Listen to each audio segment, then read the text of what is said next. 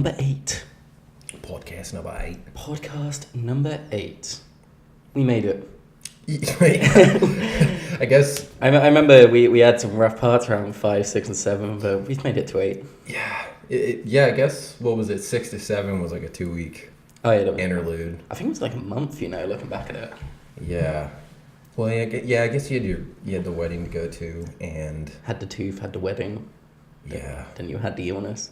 But now we are back on it. What's this now? This is 2 podcasts in 5 days. Yeah, well... What, 6 days? 7 days. No, yeah, 6 days, yeah. Yeah, release will be 7 days. Yeah, okay. Are you going to release it on Thursday? Friday. You're going to keep it? Okay. Yeah, I'm going to save it Friday. But we really should just be doing them anytime we have time, and then just fuck it, release them on Fridays. Yeah. But... Don't reveal the secret plans. Oh, whoa! I don't know where you're going to edit this. But yeah, I realised last episode I forgot to introduce myself. Again? I'm becoming too casual. I'm Adam Chapman, spiritual leader, Kanye West of the Bickering Press. Are you a god? I am a god. I am a god. And I'm with the international jet setter, Chase Miller. Oh, hello. There we go. How are we feeling?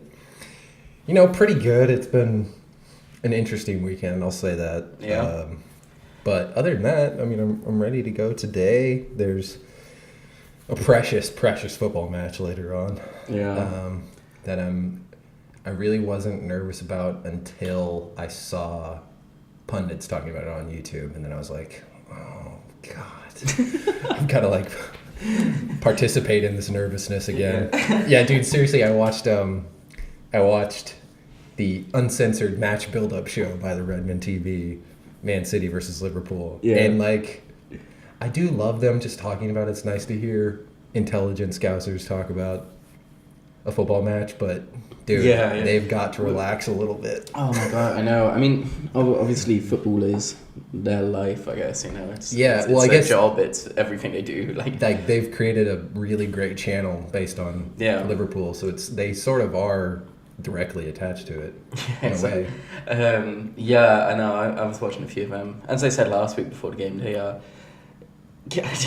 doubling over in nerves and excitement, and just it's really nice to see though. It's really good. This is the thing I find so incredible about it as well. Is you're going into this match 3-0 up. Yeah, everyone is still there going, fuck. It's just the only negative that can come out of this situation is the worst possible negative. You know what I mean? An embarrassment.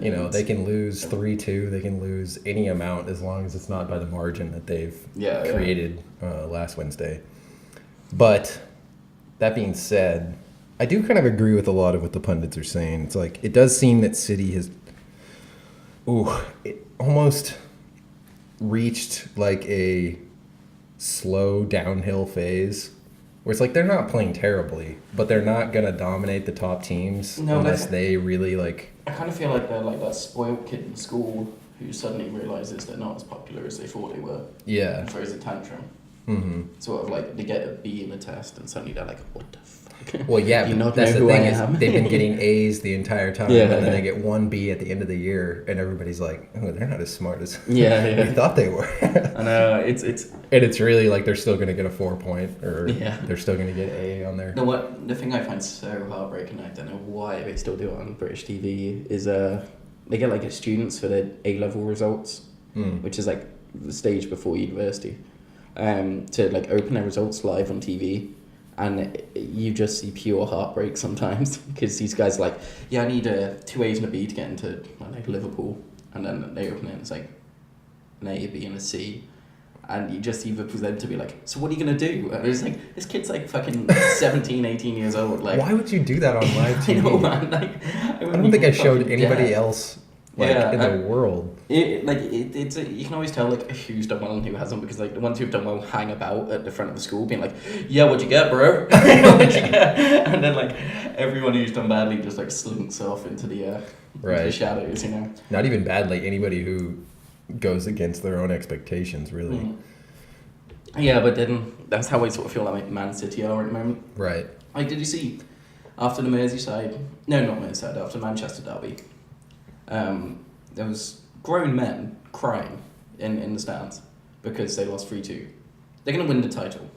but it was like, because they couldn't do it in front of Manchester United, they were crying. Yeah, I like, think they were talking about that on the Redmond TV, where they were like, those are the fans that weren't watching when they were in Division 2. Exactly. You know, it's like anything that happens right now is a positive for that club, you know, because of where they've been. I know, like what, 13 years ago they're in League 2 or something. Like, just, it's insane. That's a good perspective. Passion of football. It's a good perspective to have when you think about Liverpool too. I mean, like, dude, they had to bring back Dalglish after Hodgson, and like, good lord. Yeah, it was a tough That's time. the last trophy they have, was the League Cup 2011 or something like that. Yeah, as I said, man, I'm a Newcastle fan, so I don't get any of this. You know? I spent the last, since Shearer left, nothing. Well, actually, we got into Europe once. That was good. Yay. Yeah. That's about it. But yeah, I mean, after the last episode, obviously our predictions were dog shit. I think, well, mine was good. I said 3-1. Oh, okay, yeah. That's kind of clear. Mine was actually better than that. Mine was 2-2, or Liverpool didn't get fucked. Yeah. Yeah. Didn't have enough faith in my local. Yeah, that needs to change, Adam. It does, I know. Considering everyone I speak to, it seems to be Liverpool fan. Yeah, I know. I'm really just glad I'm not in the blue half at this point. I know, going nowhere. So yeah, why was the weekend a bit turbulent for yourself? Yeah, so I thought we might as well talk about this, but you know, every person that enjoys electronic music really kind of looks to a few different eras as like golden ages, right? And you'd say like 90s Britain is one of those. Or like the acid house. Yeah, stuff, yeah, where like warehouses are getting rented out and like impromptu parties and all that stuff. And so Tanika had found something online. I think we had wanted to go out to a club at one point and go dancing, hang out with her friends and stuff like that. And it just didn't really work out. So that she found this, I think, cave rave. That was the word she sold it to me on, right? Yeah. But it was really like abandoned tunnel rave. Doesn't quite have the same ring to it, does it? No, I mean, it doesn't have the same ring, but you can see how it wouldn't really matter if the party was still great and all that. Do you remember when you told me about that? And the first thing I had in my mind was like a cave, like, you know, dripping water outside, rocks, like jagged edges. No, right? yeah. And I was like, you're not gonna find that in Liverpool, I don't think. Yeah, you were very right about that. Unless it was like Lake District or something.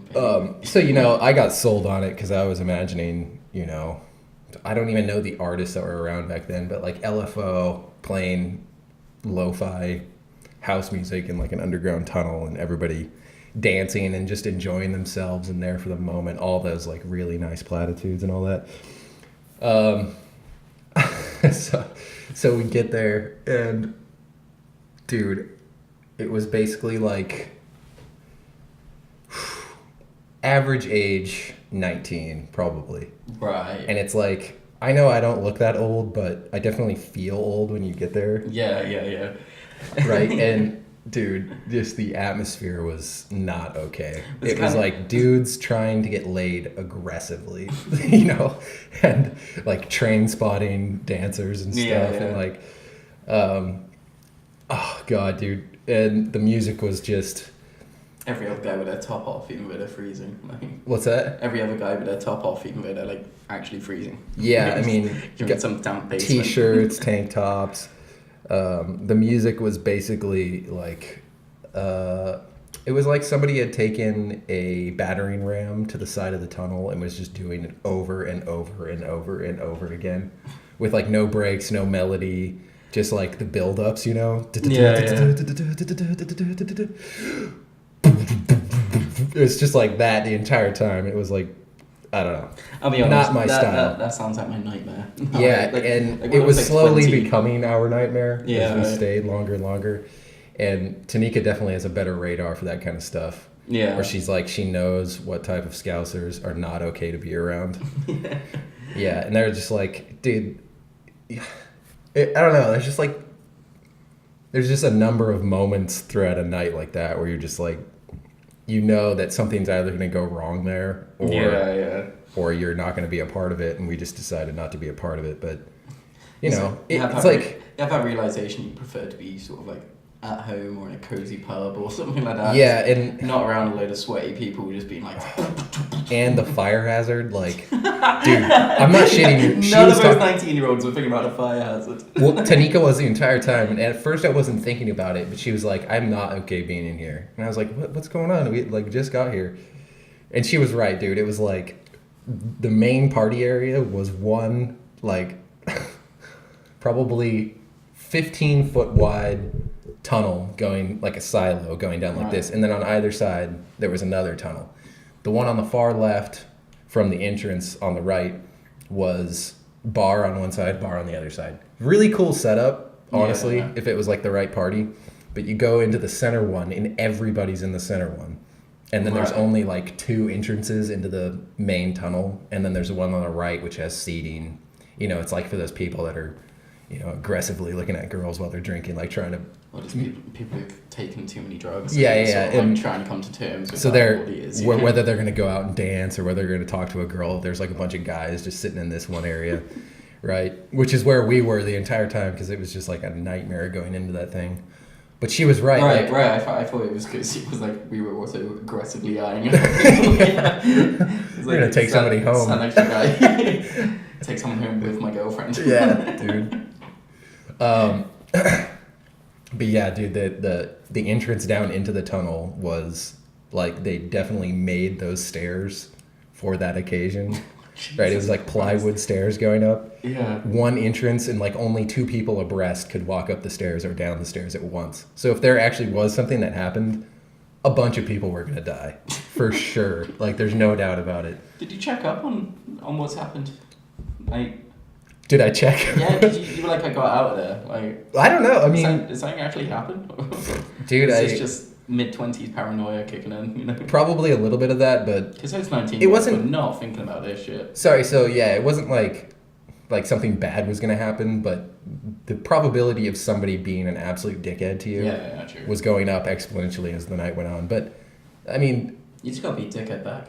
No, dude, that's not how it works. That's how fight starts. Yeah. But like one of those moments, you know, you're like, I'm sitting there like dancing in the back, just kind of trying to enjoy the music and the lights and all that stuff.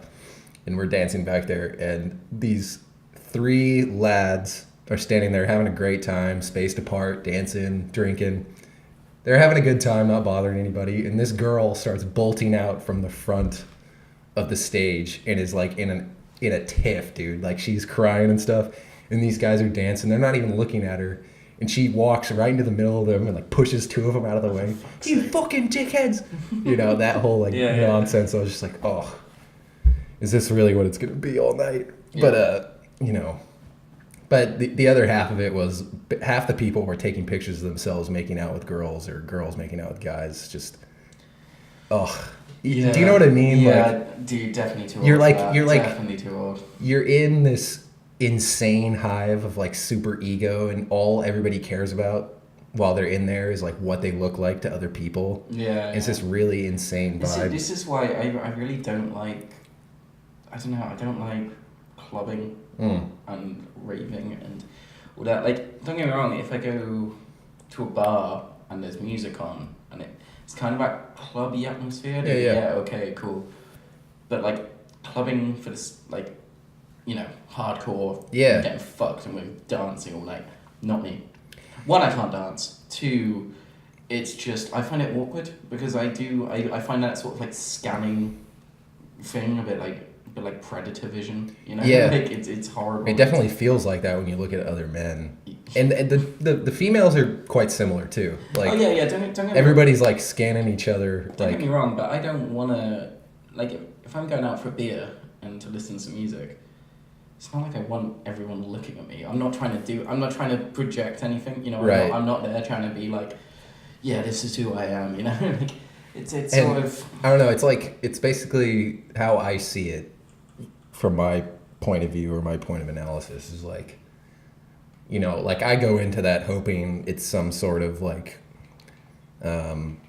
reincarnation of like a 90s British house scene, you know? That's like what I'm hoping for. I'm hoping everybody's just there to dance and there's a good DJ who's enjoying his time up there and he's like... The problem is half the people weren't even born when that was That's what I'm saying, right? But everybody has that idea in mind, so they're all going into there trying to like pretend like it is that, and it's just not, because the DJs were absolute shite.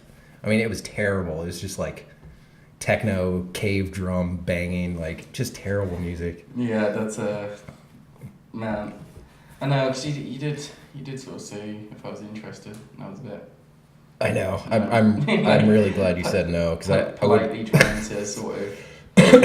Oh, maybe, probably not. Yeah, I'm glad you said no, because I wouldn't want to be guilty for you having a terrible time at that place. I mean, you normally are anyway. Singer. See, this is why I need that soundboard thing, just to, you know. Woo. You sound like that, yeah. Gotcha. Bazinga. Yeah, what does someone think Zinger? Brilliant. Instead of myself. Like, be fantastic.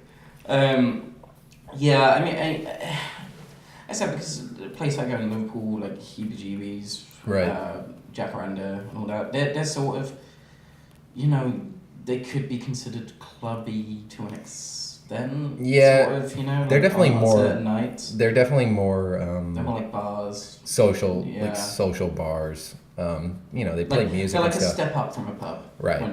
When you're going out. Yeah. Instead of just out. I do like those places. I mean, I just like those places because there's options of what to do while you're there. You know, you can go outside and smoke and have a chat. You can go inside and dance if you want to while there's music. You can sit at the bar.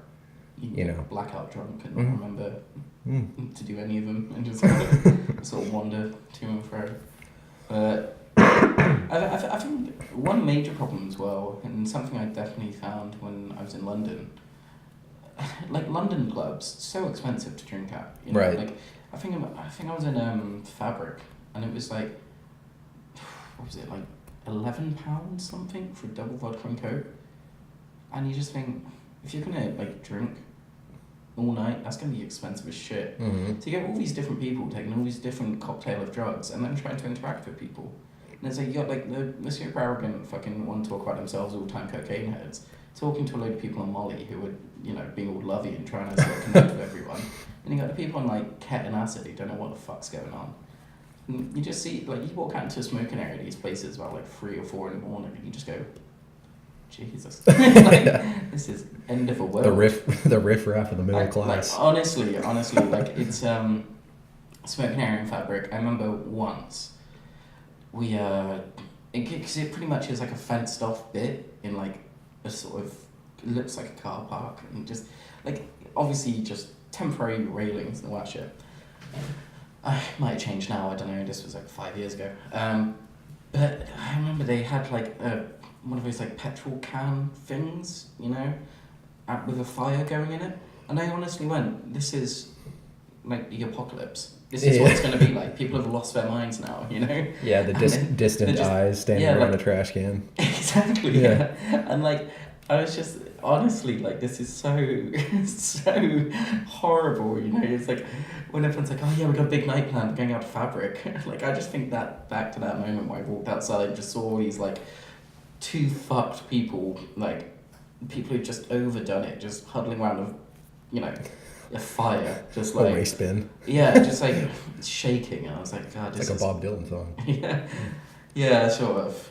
I do wonder what Bob Dylan would write about that. But yeah, it's I don't know. I think that's what put me off clubbing at that moment. So it's just like, yeah, just so. Don't get me wrong. I go out and I drink a lot. Like I get to the point where I'm like fucked.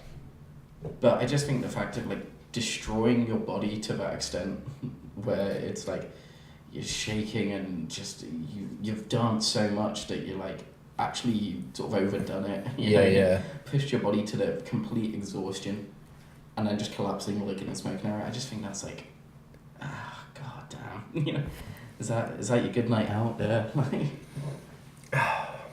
It's hard to say. Some people enjoy it. Some people go for it. You know? It's strange because. Definitely. Couldn't do it nowadays. Oh, absolutely not. No, I mean if I'm ever gonna do any kind of blowout like that, it needs to be like once a month at the most. Need to have the next week free. Exactly. Just to recover. Yeah, I know. It was like so I read an article a few weeks back just talking about like hangovers as you get older, getting worse and everything like that. And my flatmate Tebow, who's 10 years older than me, he was like, yeah, I read the article. The problem is you don't know what you're talking about because you haven't felt for hangovers of a 35-year-old, a 45-year-old, nor that you're only 25. And I was like, oh God. Yeah, no, it's already so hard now. Really, that's just what you wrote is basically a progress report. Yeah, exactly, a sit rep. On a steady decline. Yeah, I mean, seriously.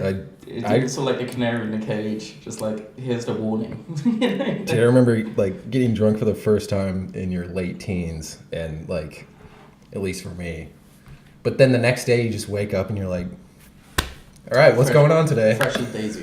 Like, you might feel a bit hungry and get some food and all that, and it's like, nowadays, if I'm really hungover, like, I don't even eat fat eaters, because I can really only eat like potatoes, basically. Dude, I've actually had like existential crisis where I've been sort of going, I know I need to eat, but I'm so not hungry because of how horrible I feel. Well, then it's kind of like, I know that I have to force myself to. Your lack of appetite is so strong that it overcomes the hunger. Yeah. Yeah, exactly. Grim.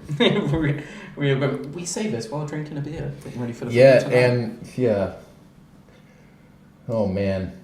Yeah, I will say this. On the air, we're not going too hard tonight. Cannot be the same as last time. Yeah, that got I sort of got in trouble when I got home. Didn't we? It was sort of, I was like, oh, let's just watch it of mine. You were like, no, let's go out. And I was like, oh, I kind of want to save money. I don't know, it was like 5 pints during the game. Like 2 in the first half, 1 at half time, 2 in the second half. Like, I think the problem was we were sat at the bar. Yeah. So it was too easy just to like turn. Sort of just like watching somebody smoking. Yeah. It was like, we were just sat there, and then as soon as you finish one, you're so sort of gripped by the game that you just sort of go like down. They're like, do you want another one? Yeah, sure. It'd be nice if you can just throw the money on the table and put the tap on yourself. Oh God, I did actually. I saw this video on Facebook where it's this new sort of concept for bars and stuff where it's like you get like a booth and you put your card in like this machine, and then you pour your drinks from there. Like there's taps on each bar, and then at the end you like take your card out and it just charges you. Interesting. Which I was like, kind of cool, but then also you're costing people some jobs. You know, like it's all like automation thing, isn't it? It's like, surely one of the nice things about going to certain bars is that you can talk to people behind the bar, like especially if you know them.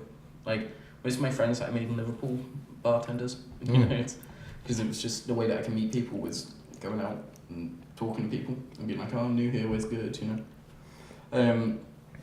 Yeah, so I don't know. Plus as well, could you imagine how shit that is? Like you pouring yourself a drink when you're already like 6 pints down. It'd just be like half foam.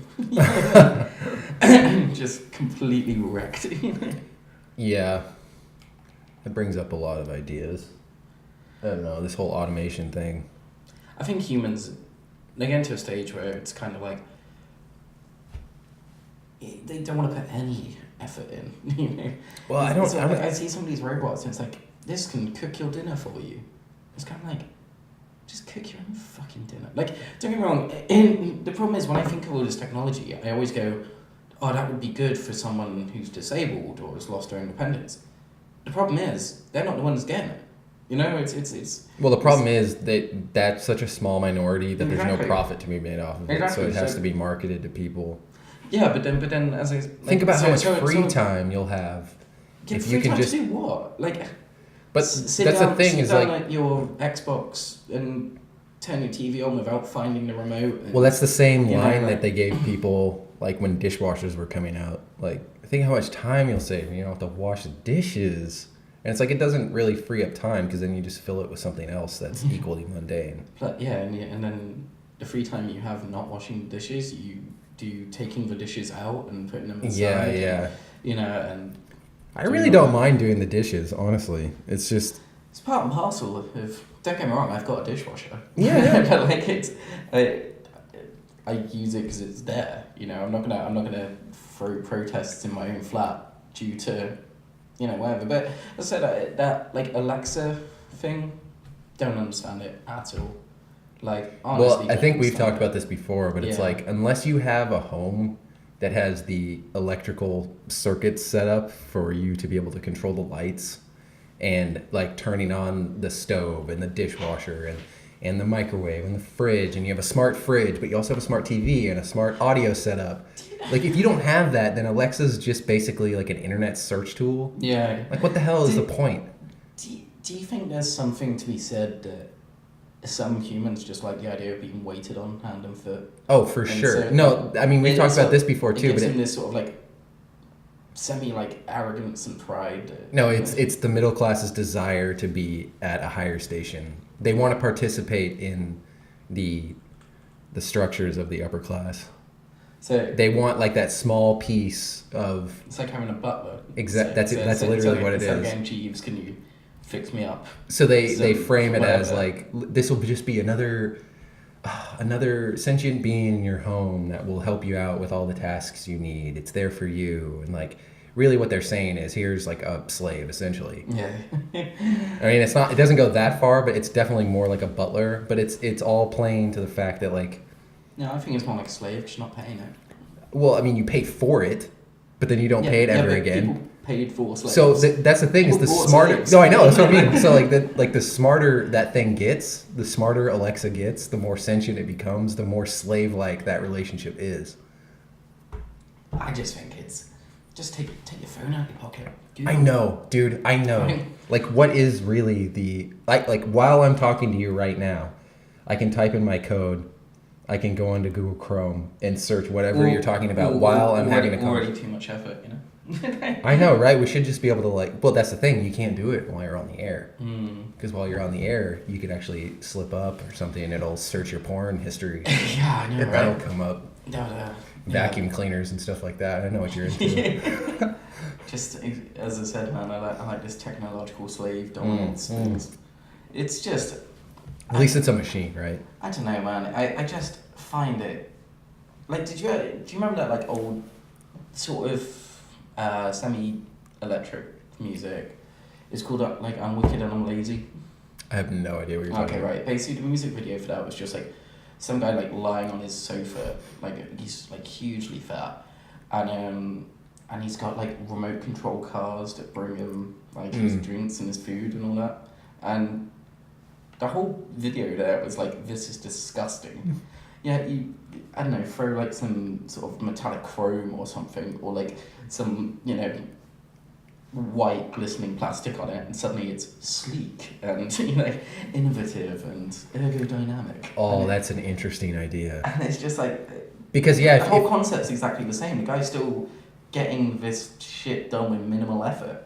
Yet when you see like all these technology adverts for these certain things, it's always in like a sleek white house with perfect lighting. well, yeah, and it's like, Alexa's like this obelisk kind of thing. Yeah, you yeah. know. And it's like, ooh, sleek. Ooh, It'd be funny. future. And you just think, Somebody needs to do one where they put it on that idea itself, and they make like this actual disgusting looking gadget with the phone at the top, and like Yeah, you're just exactly. talking to your phone. Exactly. And it's like, it's the exact same thing. It's just one of them is like perfectly cylindrical, yeah. matte black. So Yeah, it doesn't ooh. shine back at you. It doesn't reveal stains and smears. Like, Jesus, go fuck yourself. Exactly. God. Exactly.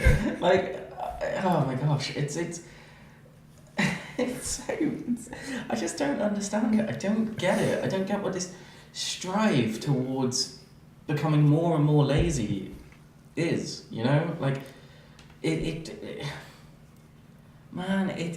as we said in the last episode, it's gonna be WALL-E, isn't it? It's gonna be... Dude, that is what it is. It's like all your food is going to get delivered by a drone straight to your window, and then you got a fridge that can automatically sort all your food, and a cupboard that automatically washes and irons your shirts. And as you said, free time to do what? Well, to be entertained.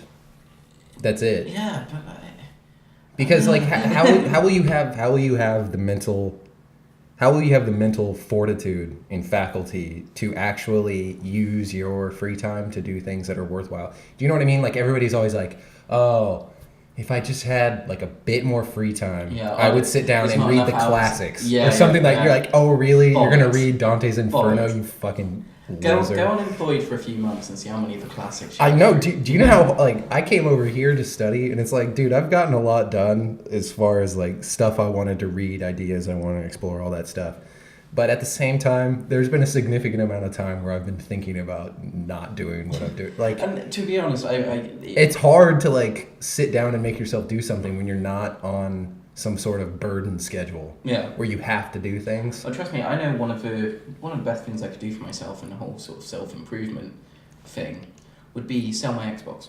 And but then I know I would just sit there and just watch TV instead and have less fun. You know, it as you said, it's incredibly hard to actually motivate yourself to do something, to get out and go. But it's as I said, I do love the idea that it's like, I could be so much better if I had free time. And you just think a small minority of people would actually embrace the opportunity that they have with free time. You know, it's. Well, I think it stems from, right, like if you have a job and you're doing something you might not necessarily want to do, the company that you're working for wants you, like they need you. So you know inside yourself that like I may not be liking what I'm doing, but they like what I'm doing. And it gives me like a purpose even on that small scale. Yeah. Where like my humanity itself is lending some kind of support to another human being. Fulfillment to an extent. So then when you go home, you're like, oh, I have to get everything that I wanted to do done right now because tomorrow I have to go back and do that job. Whereas if you just didn't have that job, you would wake up in the morning and be like, shit, it's 8 o'clock. I could have a cup of coffee. I could go running. Yeah. I could finish reading. I could read like 30 pages of this book. But really what you're going to do is go, whoa, this bed's like really warm. I'm going to stay here for an extra 2 hours. And then you wake up at 10:30. Yeah. You know, and then you're like, okay, I'll have my coffee then. Then I'm going to watch some YouTube. I'm well aware of it. Yeah, it's just like, routine, it's like, it's very strange that. It is just kind of, I think lack of structure. If you're given too much free time, you just don't know what to do with it. Like, you need something getting in the way. Yeah.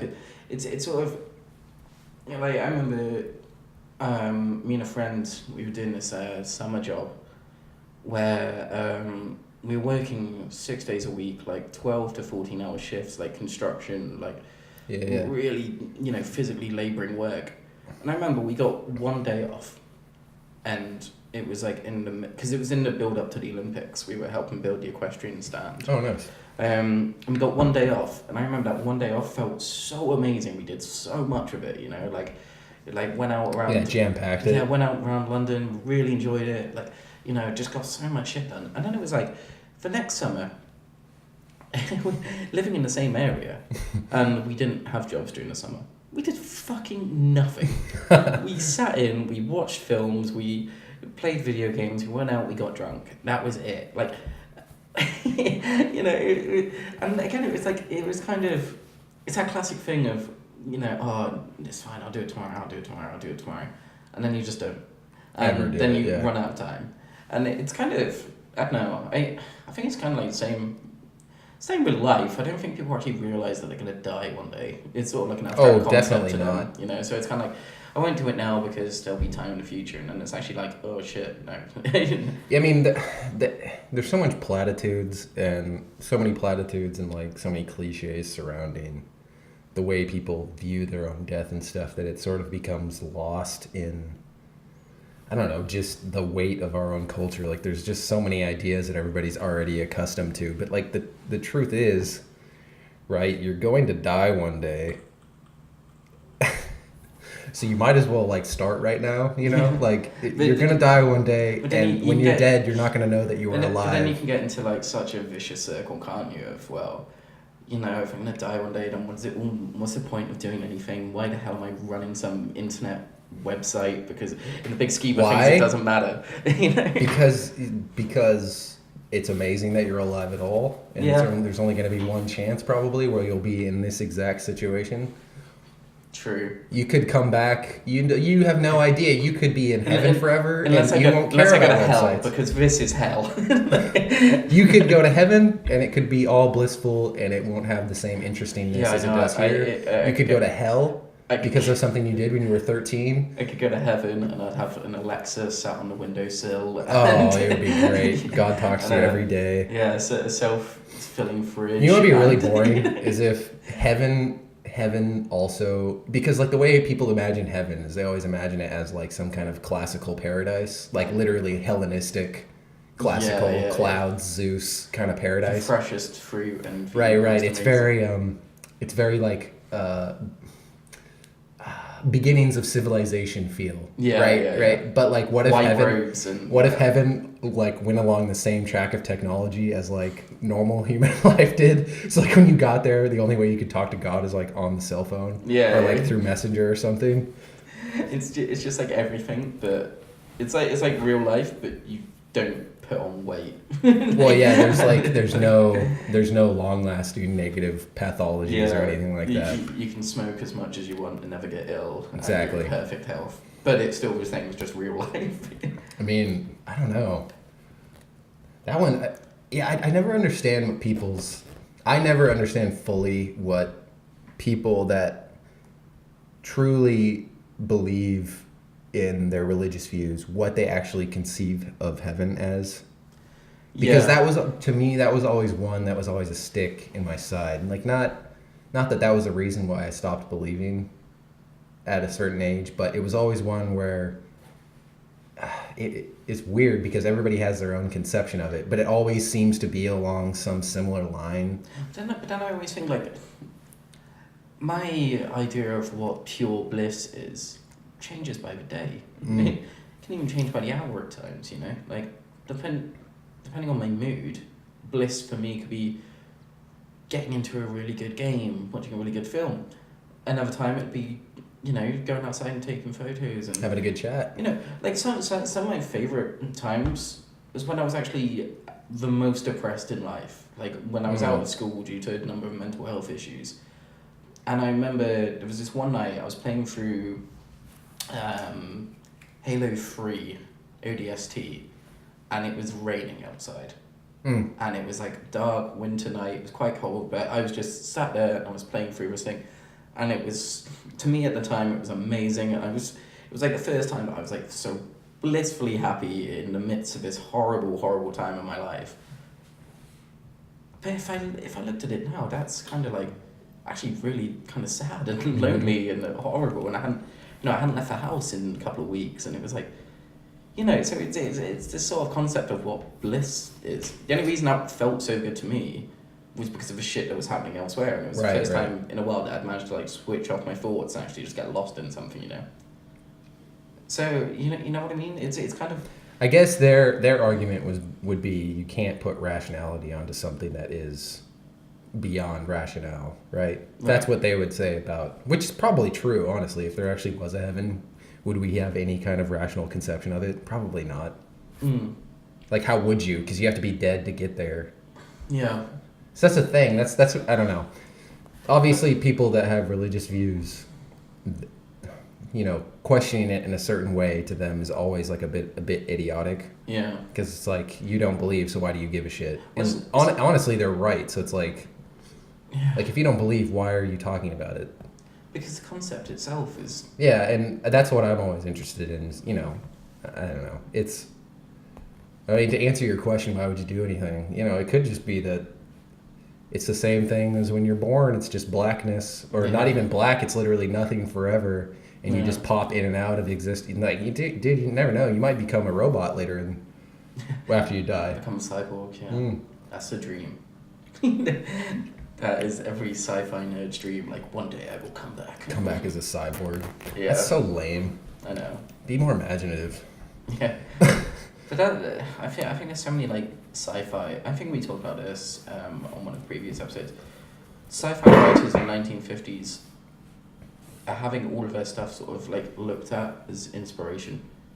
You know, like...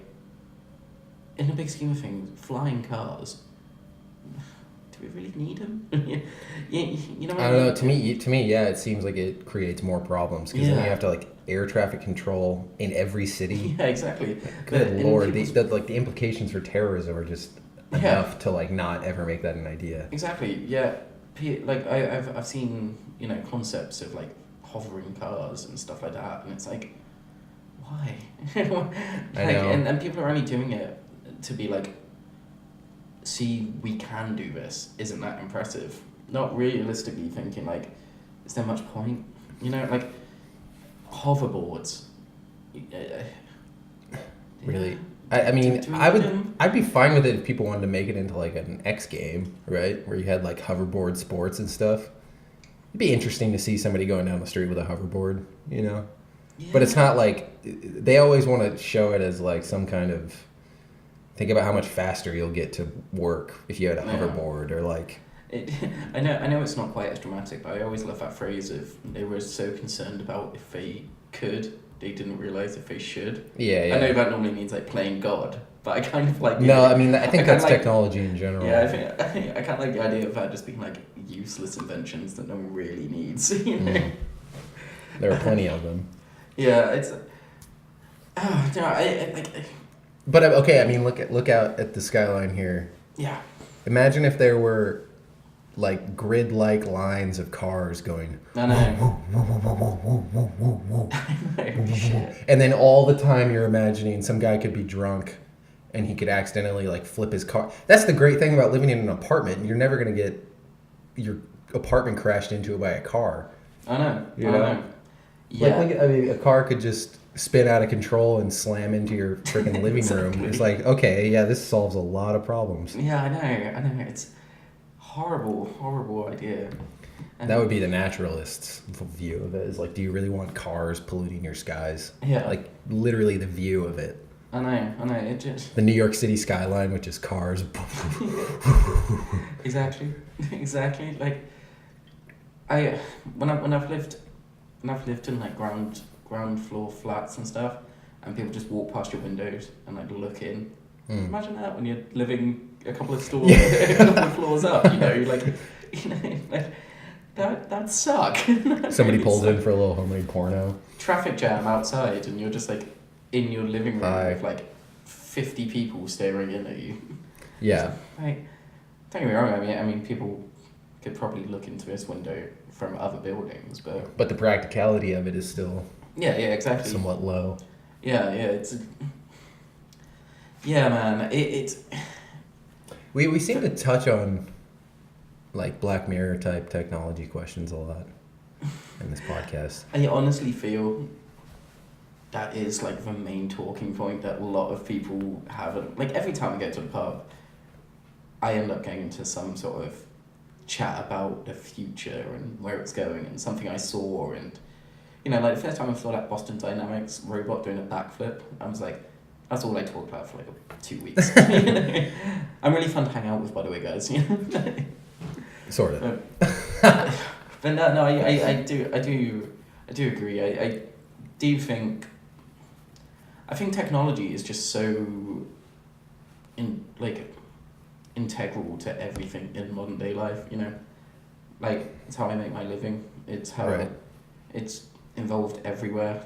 Like you go to the shops, you have club card, you can scan on your phone, and the music you listen to while you're doing that. And it is everywhere. But oh god, no! I nearly just fell into the Always Sunny trap. I was telling you about that podcast episode, wasn't I? What do you think about technology? Yeah. What do you think about technology? Such a broad open question. But I do honestly feel we're going. I don't really know what the goal is. Like, are we ever going to get to a stage where we're just like, okay, that's cool, that's done? Or is it like you get one step forward and then it opens up a whole new host of questions? Because you make everything automated, as I touched on earlier, you take away jobs. It's like those self-scanning checkout lines. Yeah, it's made everything easier for the customer, but now you have one guy, in essence, operating 10 tills. Yeah. That's 10 people. I don't know. I don't know if it makes it easier. I think it's like, what about it is easier? That you don't have to. You don't have to talk to a human being. That's what's and easier. it's less space. It makes your anxiety a little bit lower. But I mean, truly, you can open up 8 tills but at the same time, sometimes the machine's not working. Sometimes machines are out of order. It's like you can't buy alcohol by yourself because you have to get the guy to come over. Yeah, that's... But all you're really reducing is you're probably taking off about 1 minute off of your stay at the grocery store. Yeah. And you're reducing your small bit of anxiety of dealing with other human beings. By a minutia, right? Yeah. You're still going to have to talk to people. So, basically, it's just a money saver for them. It means they don't have to hire as many people. Yeah, exactly. And, it's that classic thing, Charlie and Chocolate Factory. His dad worked in the, the toothpaste factory, and then a robot came in and could screw the lids on tighter and all that, and you just think oh no. But that's actually happening. It's not it's not just a charming kid's book anymore. When did that start? In the 50s? Yeah, 50s and 60s? Yeah. And I see I'm kind of at a crossroads with it, because obviously human error exists. It's kind of like the whole thing with self-driving cars as well. It's like, okay, self-driving cars, you sort of wonder, would you trust a whole road full of computers, or do you trust a whole road full of humans who can be distracted and who, might be feeling tired from the night before, might, have a screaming kid in the back? Or do you trust a computer that's running on mathematical equations and occasionally crashes, crashes as in the computer system crashes. Right. And then the car crashes. I was talking about this with Tanika on Saturday night or something. But my idea is, grand idea, here it comes. Chase Miller, President of the United States. When you do interstates, right? Because you're driving at such high speeds, you would have the interstate itself would have its own computing system, and then when you get onto the interstate, the control of the car is left over to whatever computer is controlling all the cars on the interstate at that time. So if you want to go wherever you're going, you would just let it know, and it would just take your car as it's taking all the cars into the right place at the right time. But since that's congestion, that's sort of like what Elon Musk wants to do, isn't it? Yeah, it's similar, but it's more. It is like tracks, right? You would do it like tracks on the interstates, where one mainframe, in old parlance, one mainframe is controlling all the cars on an interstate, right? Yeah. So that none of them can be out of line at all. But once you get into more congested residential areas, you have to use the computer on board. Just because you might be like, well, I don't want to turn left here because there's a bunch of traffic, so I'm going to go up here and turn left and But then if self-driving cars were so good, maybe there'd never be traffic. I mean, that would be the idea once you get on the interstate. Technology would be seamless and. You would if you had that many cars on the interstate, they would just put your car wherever it needs to be. Yeah. Yeah. And then once you have that, and someone might invent teleporting one day, and then it's going to be a big debate about if that's good and jobs that will cost. If I mean, you can get into a really long discussion about teleportation. It's like Uber looking into self-driving Ubers. That just kills off their workforce. I know. Well, it's just all money for them. Yeah, exactly. It's man. Don't get me wrong. It's sometimes you do get into a taxi and you don't really want to speak to the person. Sometimes you're not really in the mood and the person's trying to talk to you and you're just like, yeah, come on, man. Yeah. And I understand that sometimes. But for the most part, how much is that anxiety really going to control your day? No, I mean, you know what I mean? I'm only saying this due to a taxi ride I had when I found out some terrible, terrible news, and the guy was trying to pry it out of me, and I was like, I don't know you. Yeah. So that's a one-off thing. Don't get me wrong. I think I'm normally of a mindset that if someone has the courtesy to come pick you up, I know they're getting paid, but then also it's kind of it's semi a favour, because if taxi drivers didn't exist, then you'd be walking your fat ass home. Yeah. But then again, it's people who have an aversion to self-driving cars. Pilots aren't running the plane the whole time. They do take off and do landing. Rest of it, they're just, sat there ready to take over if something goes wrong, you know? Mm-hmm. Which surely a self-driving car would be that, you know? Yeah, I don't know. I just think, you know, whatever your wishes are for maybe some, what's the word? Self-consciousness that we might have for our technology drive. Yeah. It's just not gonna happen. Could you imagine how boring like Formula One racing would be if it was self-driving cars? But I mean, that's basically like, honestly, the problem is that all of this technology that lends itself to automation, to making our lives easier and all this stuff, all it does is just take away jobs from people that have low IQs. So then people that are born into that half of the... See, I think that's an unfair thing to say that it's people who have low IQs. So that's just the truth. No, because I think half the time people end up with jobs because there aren't... No, I'm talking about like realities of intelligent quotient. Like their intelligence is just like a belt. I mean, I know it's horrible and that's a touchy topic, but like if you take a comprehensive IQ test, yeah, I mean, like 98% of the time, everybody scores into like what they're actually rated as intelligence. Yeah, but then like, I'm not saying okay. Let me just phrase it a different way. Yeah. People that are dumb, that like, there's no way around it.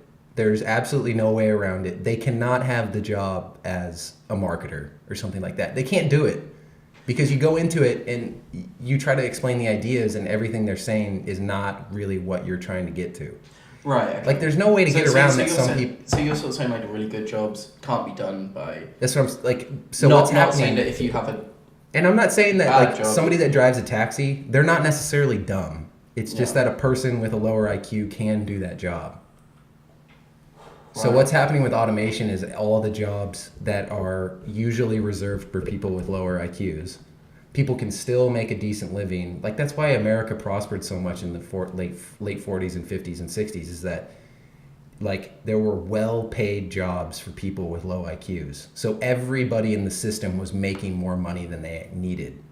But everybody. Like that's why the country just skyrocketed all of a sudden after the war. Is that everybody was able to buy a home, everybody was able to have luxury, everybody was able to consume at a level that was never seen before in human history. It's because the lower IQ part of the population was having manual labor jobs that were paying insane amounts of money, like things we wouldn't believe at this point. So that's really the problem. It had like people that are intelligent are always going to find a way. They'll always find a way. People that are seriously intelligent, I mean like top 15 percentile, they're always going to find a way to make money. So what's happening is the amount of jobs that are available for people that are average or below average intelligence slowly starts to dwindle, and then they have less to do, and then you have a greater inequality between people that are rich or intelligent. Because out of my friends who have graduated university, I don't know any of them who are doing these, jobs that are made for people. Like, I know people who've come out with firsts from university and they're still doing the same job they did before university. Like, I know I'm only 2-3 years removed. That's sort of anecdotal, though. And I wouldn't say that all of your friends are intelligent. No offense to all of your friends, but like... Well, no, but it... I think you have to be realistic about the job market as it is. Like, I don't think there's all these well-paid, great positions for smart people all the time. Definitely not, man. I don't think there's a bunch of them. So you're saying anyone who's unemployed is... That's not what I'm saying. It's low IQ. That's not at all what I'm saying. Well, no, because if they're intelligent, they'd just get one of these great jobs, wouldn't they? No, I'm talking about top 15 percentile. I'm talking about people with IQs above like 135. Oh, like geniuses? No, those aren't geniuses. Geniuses are like 170, 165, 160. We're talking about people that are like top 15% of the entire... No, 15 percentile. So like people that are 10 to 5% of the entire population on the earth. Like, we're talking about like the smartest people on the earth. Those people never have a problem getting a job at all because somebody always realizes their talent, their intelligence. Right. We probably know together, we probably know like 5 to 10 people that have that intelligence. Right? I don't want to place each other in this big group, but we know a lot more people that are average to below average intelligence. That's just like the statistics of the game here, right? Right. I'm not saying like the job market is open to these people more than it is. Well, it is. Because the way things are going, everything's becoming more abstract. Like your job is becoming more abstract. It's more about writing creatively. It's more about managing. They are saying that like people going freelance and selling a service is gonna probably be about 60 to 70% of jobs in next 20 years. Right. Because people just again with automation it has taken out a lot of jobs. Like no matter on what level, it's like. I don't know. Yeah, like you even think like somebody was mathematically great at something, genius level, probably still had their job taken aback by a computer. Like so it's maybe that example's not as good because I think when you get to genius level mathematics or really high, then you're the ones programming the computers. Exactly, and you're the one. You're like the questions the questions you're asking are more like logic based, like deep logic chain kind of stuff. Yeah, number theory, things that are very strange that most of us don't have the capacity to even think about. But yeah, I don't know. A lot of the problems I have with how people are paid is like an average construction worker, somebody that's working on a home, like that is really hard work. Yeah. And they're not... Okay, that being said, construction's pretty well paid for the most part. But, there are a lot of like low wage jobs where people physically exert themselves. And there's no way to really... Like, how do you equate something that's physical to something that's mental? So it's like, we all know that there's certain physical tasks that we can do where if we exert ourselves for 8 hours, we're going to be absolutely beat, right? That's just natural. We all understand that. But there's also mental jobs where if you sit at the desk for 8 hours and think about that stuff for that entire time, you're also almost at the same level of fatigue.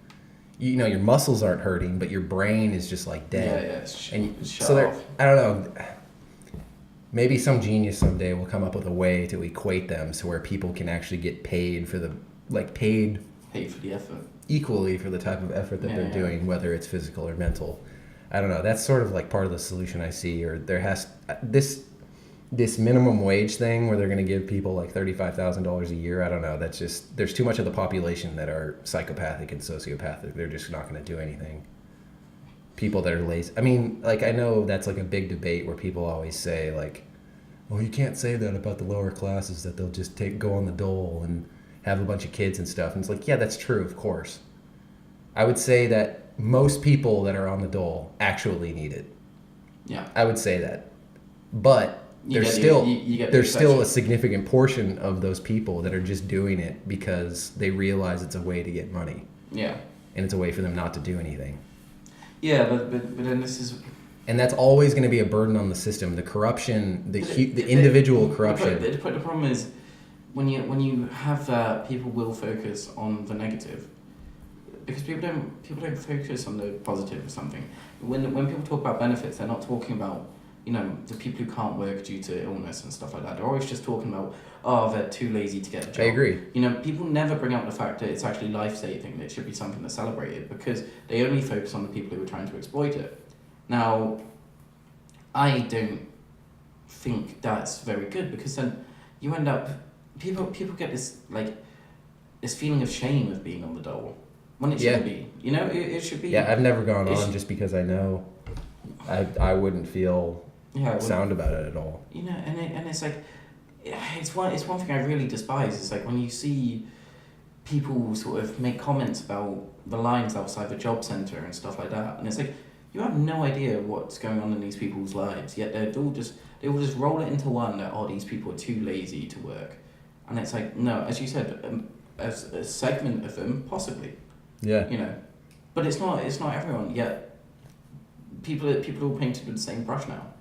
Like you have no idea if this person's going on the dole because he can't get a job because family member's ill and he has to provide 24-hour care, So this is what happened to my stepdad for a little bit. He had 2 incredibly ill parents and he had to take time off work to care for them, you know? And it's like... Yeah, and where's but if he was to tell people, oh yeah, I'm on the dole at the moment, people might just, you know, like, unconsciously sort of... Well, because people always go, like, why don't you just put them in a home? Because you can't fucking afford a home. You can't afford it, and what's really humane about that? Yeah, exactly. You know, it's like, I mean, that gets to, like, the heart of, like, a lot of issues in modern society. It's just like, oh, your parents are old, and you have a job, and you have a family. No, don't invite them into your own home. Yeah. You should just put them in a home where they're by themselves for 90% of the time. This is what's very different in Asian cultures. Mm-hmm. Because I think it's in China. Well, Spanish too. Spain's like this. Yeah, I think it's in China where it's like illegal for like kids around our age not to visit their parents in a certain amount of time. So they have to constantly go. It might not be like illegal, but it's so ingrained into the culture now. Yeah. That it's sort of like looked down upon if you don't do that. But as well, it is one of the sort of bad things about Western culture as well is it's kind of like this feeling that like once someone gets old, they're just sort of a burden. Yeah, they're a burden. People are waiting for them to die. That I believe it's called the nuclearization of the modern family. Yeah. Where like if you have room for 4 and if anybody's above that limit, later. Yeah, it's which is just incredibly sad. You know, again, I know in the big scheme of things, it's not like that. People don't feel like, and sometimes people are forced through desperation to, you know, to put the elderly into homes or something. You know, so my mum works for a charity called Family Carers and stuff. She says people call her up and they're just fully in floods of tears because they just cannot help the person anymore. And so, you know, they get to a stage where they are actually, you know, they do have to send them off to a home because they can't physically do anymore. You know, they've sort of they've given up too much. They need more of a hospice care. Yeah, exactly. Which, again, it's sort of a fine line to tread, isn't it? It's this whole idea of, oh yeah, just put them in a home, just forget about them, someone else will look after them. But then I do think there is such a human element to some people. But again, it's just painting with the same brush, you know. Because I just did it there. I was like, oh, Western culture is like that, and it's like, no, like a segment of it is. Yeah. But you know, it's yeah. I don't know. It's not that pleasant to really to think about, is it? Like the whole. Well, stuff. I mean, I just think about like the next 20 years of my life, right? And like my parents are a little bit older than most. They're older than the average parent of somebody my age, right? I think. Oh God, if my dad's listening to this, he's gonna hate me.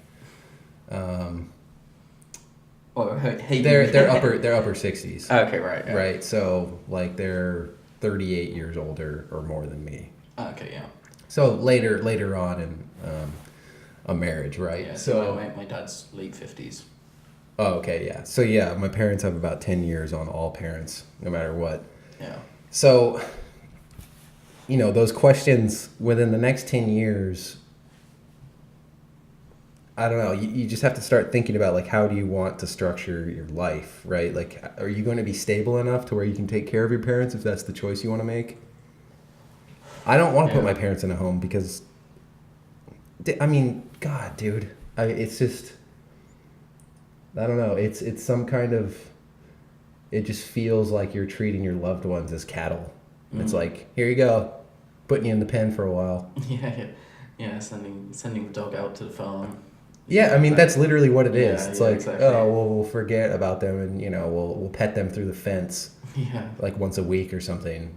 And it's like, I don't know, maybe it's that people have such anxiety about the super ego that their parents impose upon them that they don't want them in their lives because then it's just this constant judging feeling. And I understand Possibly, yeah. No, that's an interesting point. Because like, then... Oh, trust me, like, the amount of times you speak to someone and they're like, yeah, you know, I act very differently around my parents, then, you know, I mean, even when I'm on this, I know that my parents are probably going to be listening at some point, so it's like, you know, I'm not going to talk about everything going on in my life, because again, there's just some things you don't talk to your parents about, isn't it? You know, and some things you don't talk to the public about either. And maybe that's what it is. Maybe you just have to like grow up in like, I don't know, maybe both sides need to grow up in that sense. Well, I think people have that moment, don't they, when you sort of become a young adult, you see your parents more as the humans that they are.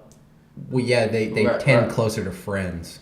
Yeah, like that was the thing. Like when my parents, like, just before they split up, it was some like the most realist I'd seen them for like throughout my whole life, because it was sort of like I actually saw like emotion, and it suddenly wasn't just, oh, they're this, they're that, oh, you know, you don't understand me, parents, blah blah blah. Or they were trying to filter it in some way. Yeah, in a weird way, maybe it was a sign of my own sort of maturing, but I suddenly could empathise with them more than just being a stroppy kid and being like, you know, why did I get my own way, blah blah blah. You know? That's definitely a characteristic of young. So I think as well, I think everyone goes through that. Then I think everyone needs to sort of go through it again as they get older, because, you know, you sort of have that golden age where, you know, you're an adult, they're an adult, and then it suddenly goes to, you know, they're elderly and might need sort of like the flip of the care that they provided you when you were a child, you know,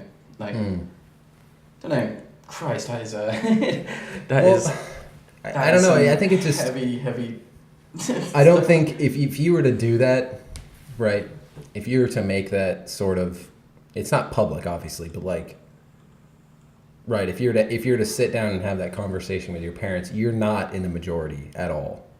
Like, if you're somebody that sits down with your parents and like talks about what do you think we need to do about life and death in our family in the next 30 years, there's nobody joining you in that conversation. If we both did it today, we'd be the only two probably of the people we know who have actually like talked like. That's the thing.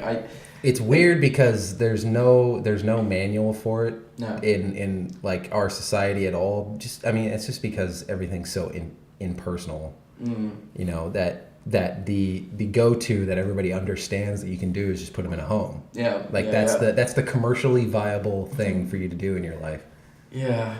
Oh Christ, yeah, that's the product that's sold to you. That's the crazy thing, is that the reason people always do it is because that's what's shown to them. Yeah, that's what's shown to be all happy in the sunshine and people, you know, doing all that. Isn't that depressing? It's so depressing.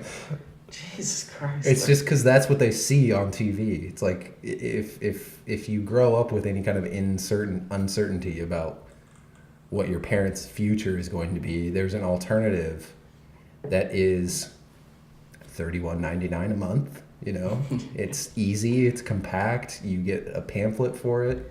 $31.99 a month. Well, that would be $3,199 a month. Oh right, okay. I was gonna say. There's a price. It's just under. I'll chuck my wig and I'll get myself in there. Save up on the rent. Like $31.99. Whoa. Jesus. I might join them there. Yeah.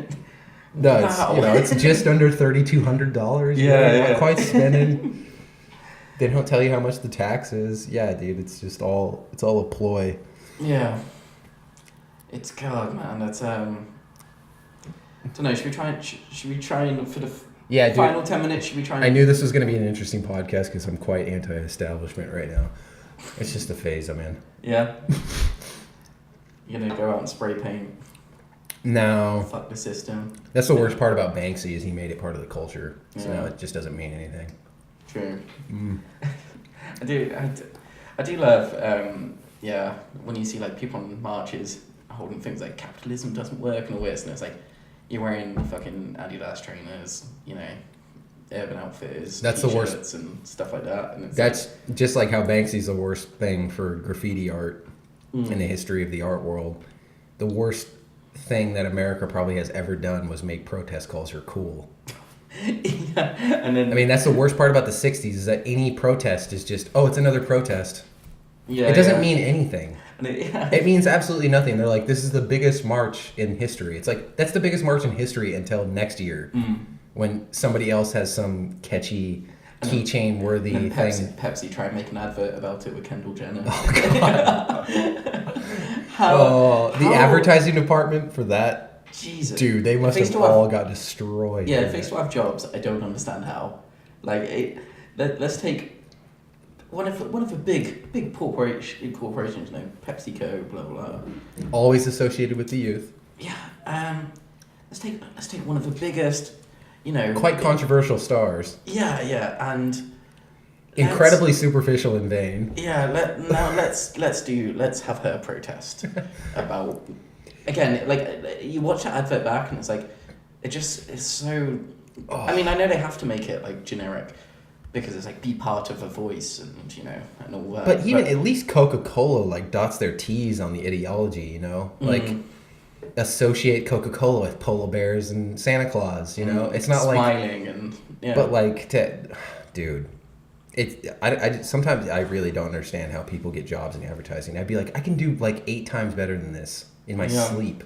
Yeah. It's so funny. There's just such a level of taste that just wasn't hit. Even thought of? Yeah. Or maybe they just didn't give a shit and they thought it could pass. I don't know. I reckon. How stupid did they think people were? Yeah. Maybe a little bit too stupid. I just imagine being in a boardroom meeting, being like, right, we need our next campaign, and then some guy who a bit hungover from the night before just looked out his window, sees some protesters, he's like, I've got it. They're like, what's wrong with this? That could work. Yeah, there's a lot of tension in the country right now. Who could we get everybody to unite around? Well, the Kardashians are popular right now. Yeah, exactly. Well, we can't use Kim because people don't like Kanye. Ooh, her sister's hot. And they're just like, Kendall's the least offensive one out of all of them. Yeah, and she's had a lot of work done. Ooh, you can't even tell that she's Armenian anymore. Yeah, let's use her. It's like, dude, those boardrooms must just be like awful. I have always found celebrity endorsed products bizarre. Like, there's only one. Go on Google and type in like Cristiano Ronaldo celebrity endorsements. Everything. Oh my god! Like, contradicting everything. He's got like, obviously sports athlete. But then he's holding a big bucket of KFC, and then it's like advertising Pepsi, but then he's also advertising toothbrushes and toothpaste. See, that's freedom right there. And it's like he doesn't get like his self-worth. It's like, I mean, his monetary worth must be well over $500 million. Yeah, definitely. But right, so that's his gain. But it's like when McDonald's sponsor the Olympics, and you see McDonald's are trying to make the association like the Olympics, athletes, and all this, and it's like, dude, you eat McDonald's all the time. You ain't being an athlete, like. Hey, dude, they have a healthy menu now. Yeah. Which I don't eat from. Saying that, there's this YouTube series I watched. This guy, he does like a week on certain foods. So he'll do like a week on Tesco Value, a week on Iceland frozen food, a week, and he did one recently which was a week on McDonald's. But instead of it being like Supersize Me, he did it so he stayed within the GDA for calories, sugar, salt, and everything. So half time he was getting salads and everything. End of a week, he'd lost 5 pounds. Yeah, no, I mean, that is one of the real positives. He did say he was miserable, and he kept having these sort of like withdrawal symptoms from it. That like he would get agitated until he got the food, and then he would have the food and feel satisfied. And he was like, I've never been addicted to anything. Like, I don't smoke, I don't drink, and whatever.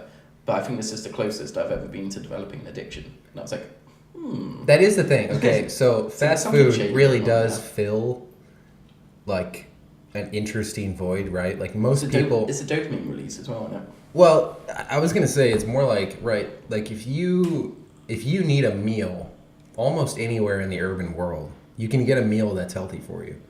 You can go to Subway, you can get a sandwich that's basically just salad on buns. Yeah. Right? You can even get it without buns if you're gluten-free and you don't like carbs and stuff like that. So you can go anywhere that's urban, and you can get a meal that is healthy for you. That's like a pretty huge advancement. Whatever you want to say about, consumer culture or not making your own food or all of those like really nice Platitudes. That's my word of the day. It is, yeah. I think I heard it about 4 times before we went on air. Oh, really? Yeah, right, dude. I said 0 times before we came on air. Brings the best out of me. Yeah. Yeah. Alright, should we call it there? Because I think we've been going for just over an hour now. Cool. Well, yeah, a bit of a heavy one today, but I think it was necessary. Cleared out a few of the cobwebs, you know. Had me on my toes, had me up against the ropes, you know. Didn't quite get the haymaker knockout though, did you? Not for no, but I think I won it in 13 rounds. won it in points. All right, guys. Yeah, cheers for listening, and like the video, subscribe, all that good stuff. Maybe keep your if you're in Liverpool, keep your eyes open for possibly a paper publication coming out soon. Possibly. I've been thinking about it a lot, and I think we should talk about it. Yes, yeah, that's the next step. Mm-hmm. That was a spoiler. But yeah, okay, guys, cool. We'll see you next week. Have a good one. See you guys.